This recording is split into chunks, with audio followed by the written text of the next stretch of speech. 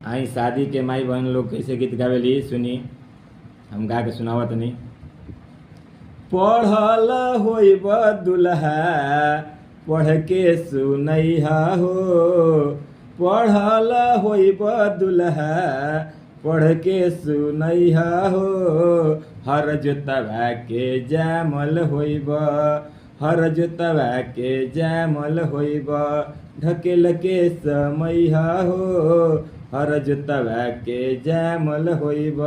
ढकेल के समैब हो। ताई सुनी वही अंगना में दुल्हा राजा का कहत रहे माड़ो में ना बर्दाश्त भइल त अपन साली से कि पढ़ल हनी साली पढ़ के सुनाइब हो। आ जाही दिन गवनवा जइबू, अरे जाही दिन गवनवा जइबू। ककहर पढ़ाइब हो, जाही दिन गवनवा जइबू।